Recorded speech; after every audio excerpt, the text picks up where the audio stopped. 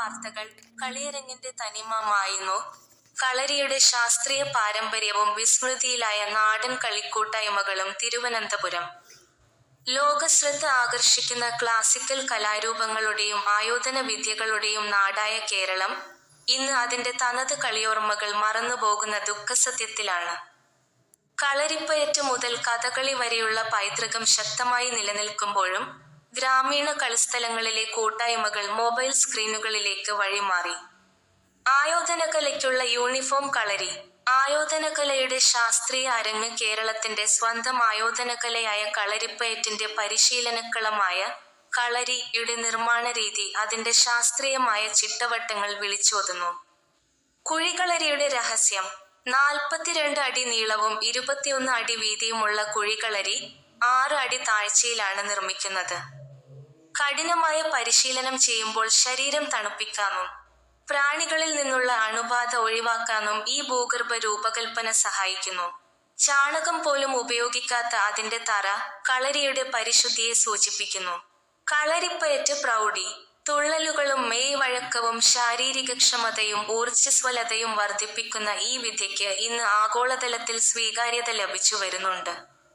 നാട്യകല. Classical കലകളുടെ സൗന്ദര്യം. കഥകളി, വേഷം, മുദ്രകൾ, സംഗീതം എന്നിവയുടെ സമ്മേളനം. മോഹിനിയാട്ടം, ലാസ്യഭാവം, ഓട്ടൻതുള്ളൽ, കൂടിയാട്ടം, തെയ്യം തുടങ്ങിയ കേരളത്തിന്റെ ക്ലാസിക്കൽ കലാരൂപങ്ങൾ ഇന്നും പ്രൗഢിയോടെ നിലനിൽക്കുന്നു. എന്നാൽ ഇതിന്റെയെല്ലാം പ്രചാരം കുറയുന്നത് ആശങ്കയ്ക്ക് വഴിവെക്കുന്നു. ഇതെല്ലാം മറന്നുകഴിഞ്ഞു വിസ്മരിക്കപ്പെടുന്ന കളിക്കൂട്ടായ്മകൾ. വർണ്ണശബളമായ ഈ കളിവഴക്കങ്ങൾക്കിടയിലും ഒരു ദുഃഖസത്യമുണ്ട്. കേരളം അതിന്റെ കളിത്തട്ടുകളെയും കളിക്കൂട്ടങ്ങളെയും മറന്നുകഴിഞ്ഞു. അന്യം നിന്ന കളികൾ. ഗ്രാമങ്ങളിൽ ആവേശമുയർത്തിയിരുന്ന കബഡി, ചതുരംഗം, കിളിത്തട്ടുകളി, തലപ്പന്ത് കളി, കുട്ടിയും കോലും തുടങ്ങിയവ ഇന്ന് പുതിയ തലമുറയ്ക്ക് അന്യമാണ്. സാംസ്കാരിക നഷ്ടം. ഗ്രാമീണ കളിസ്ഥലങ്ങൾ കുറയുന്നതും കുട്ടികൾ മൊബൈൽ ഗെയിമുകളിൽ മുഴുകുന്നതുമാണ് ഈ നാടൻ കളികളുടെ തകർച്ചയ്ക്ക് കാരണം. കൂട്ടായ്മയുടെയും ശാരീരികക്ഷമതയുടെയും പാഠങ്ങൾ നൽകിയിരുന്ന ഈ കളിയോർമ്മകൾ ഇന്ന് പുസ്തകത്താളുകളിൽ മാത്രം ഒതുങ്ങിപ്പോകുന്നു. നഷ്ടപ്പെടുന്ന കലാരൂപങ്ങൾ. പാവക്കൂത്ത്, കാക്കാരിശ്ശി നാടകം പോലുള്ള തനത് നാടൻ കലാരൂപങ്ങളും അവതരിപ്പിക്കാൻ ആളില്ലാത്ത അവസ്ഥയിലാണ്.